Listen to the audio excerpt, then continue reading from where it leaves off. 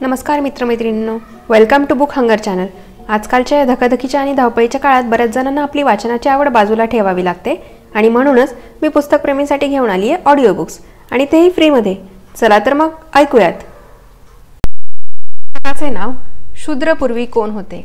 प्रकरण पहिले, शूद्रांचा कूटप्रश्न। पॉइंट 3 चा उर्वरित भाग पुढील प्रमाणे। देवदेवतांचा हिंदी आर्य समाजात दुष्काळ नव्हता।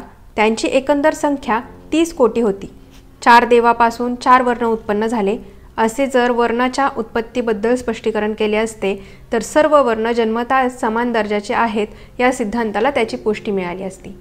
4 वर्णाची उत्पत्ती कशी झाली याचे स्पष्टीकरण करताना पुरुष सूक्ताने वर सांगितलेल्या प्रकारच्या स्पष्टीकरण पद्धतीचा अवलंब का केला नाही। पुरुषाच्या निरनिराळ्या मुखांपासून निरनिराळे वर्ग उत्पन्न झाले असा सिद्धांत मांडणे सूक्तकाराला अशक्य होते काय। पुरुष सूक्तातील वर्णिलेल्या पुरुषाला 1000 डोके होती, म्हणजे त्याला 1000 मुखे होती। पुरुषाच्या एका मुखातून एक जीवाणू उत्पन्न झाला। अशा निरनिराळ्या जीवाणूंच्या उत्पत्तीबद्दल हकीकत देण्यास सूक्तकाराला काहीच अडचण नव्हती, आणि अशा रीतीने विश्वोत्पत्तीबद्दलची हकीकत सांगण्याची कल्पना सूक्तकाराला येणे अशक्य नव्हते। 4 वेदांची उत्पत्ती कशी झाली याबद्दलचे स्पष्टीकरण करण्यासाठी विष्णू पुराणाने सदर पद्धतीचा अवलंब केलेला आहे। त्याबद्दलचा संदर्भ खालीलप्रमाणे आहे। ब्रह्मदेवाने आपल्या पूर्व बाजूच्या मुखातून गायत्री मंत्र, ऋकचे श्लोक, त्रिवृत, समरथांतर, यज्ञ आणि अग्निष्टोम यांना जन्म दिला। आपल्या दक्षिण बाजूच्या मुखातून त्याने युजश श्लोक, त्रिष्टुभ वृत्त, पंचदश स्टोम, बुहत सामन आणि उख्य यांना जन्म दिला।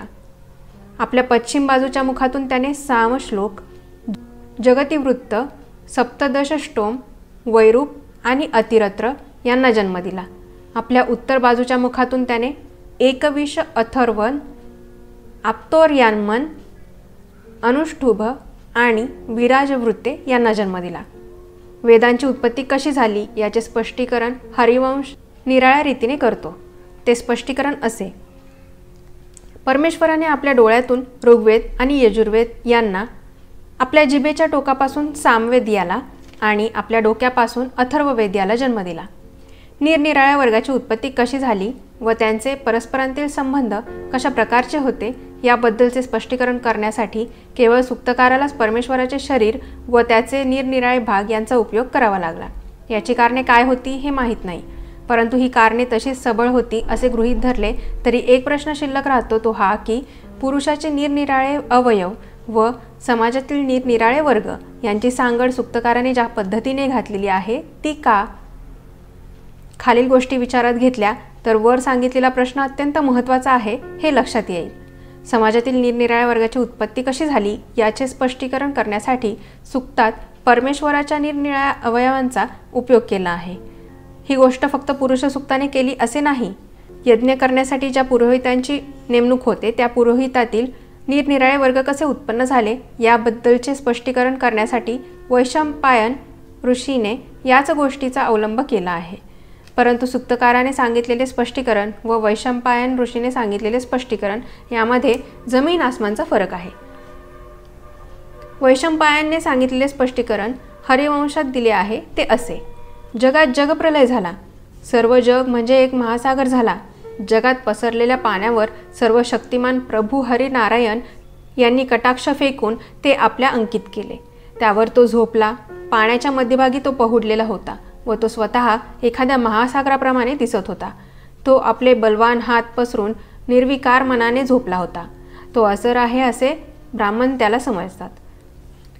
तन्मयावस्थेमुळे त्याच्या शरीरातून प्रकाश बाहेर पडला।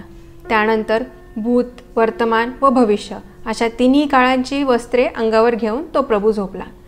जी जी वस्तू पुरुष या नावाने ओळखली जाते ती यज्ञ म्हणून समजावे।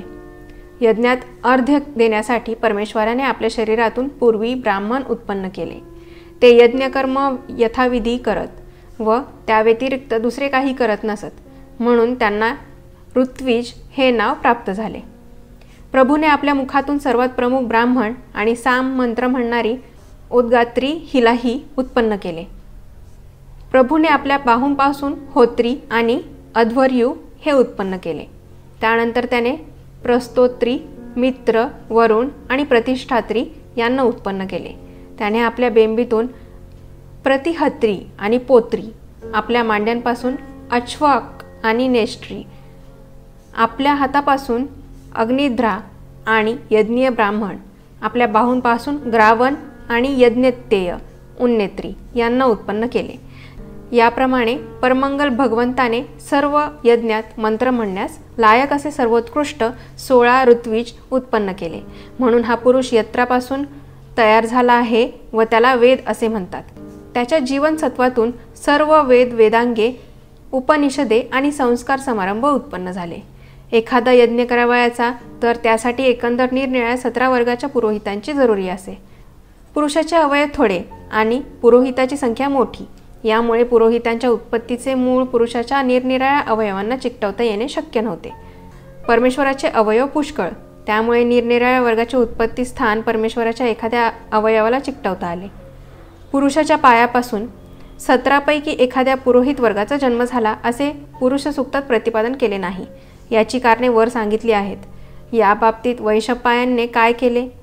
एकापेक्षा अधिक पुरोहित वर्गाची उत्पत्ती परमेश्वराच्या एखाद्या विवक्षित अवयवापासून झाली असे निवेदन करण्यास त्याला काही हरकत वाटत नाही, परंतु एखाद्या पुरोहित वर्गाची उत्पत्ती पुरुषाच्या पायापासून झाली हे सांगण्याचे त्याने मोठ्या शिताफीने टाळले।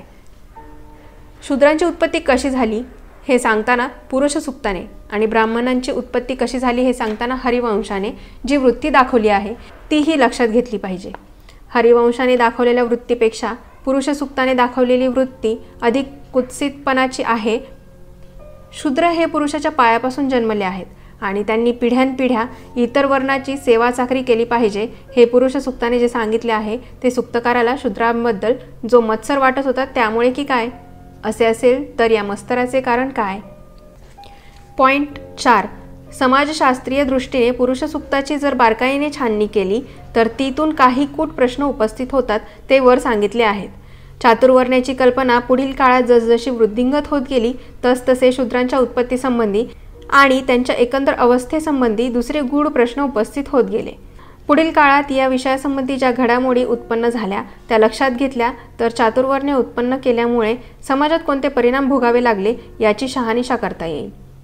पुढील काळात चातुर्वर्ण्यासंबंधी मुख्यतः 2 घडामोडी उत्पन्न झाल्या।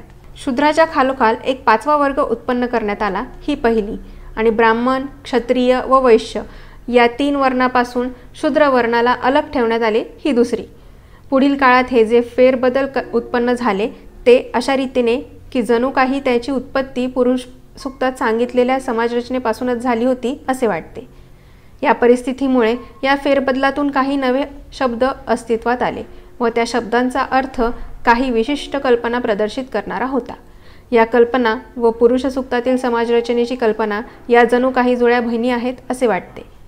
सवर्ण, अवर्ण, द्विज, अद्विज आणि त्रैवर्णिक हे ते शब्द होत।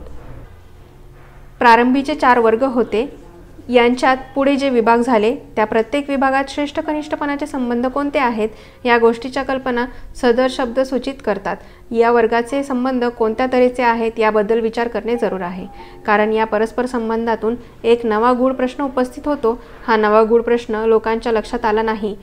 उपरिनिर्दिष्ट शब्द हे काही विभागाची केवळ नावे सूचित करीत नाहीत तर ते त्या विभागाचे काही विशिष्ट हक्क व सवलती सूचित करतात, हे पहिले कारण। सदर नावावरून ज्या हक्कांचा व सवलतींचा बोध होतो तो लक्षात घेऊन सदर नावाखाली जे वर्गाचे विभाग करण्यात आले ते विभाग तर्कशुद्ध आहेत काय, हे दुसरे कारण।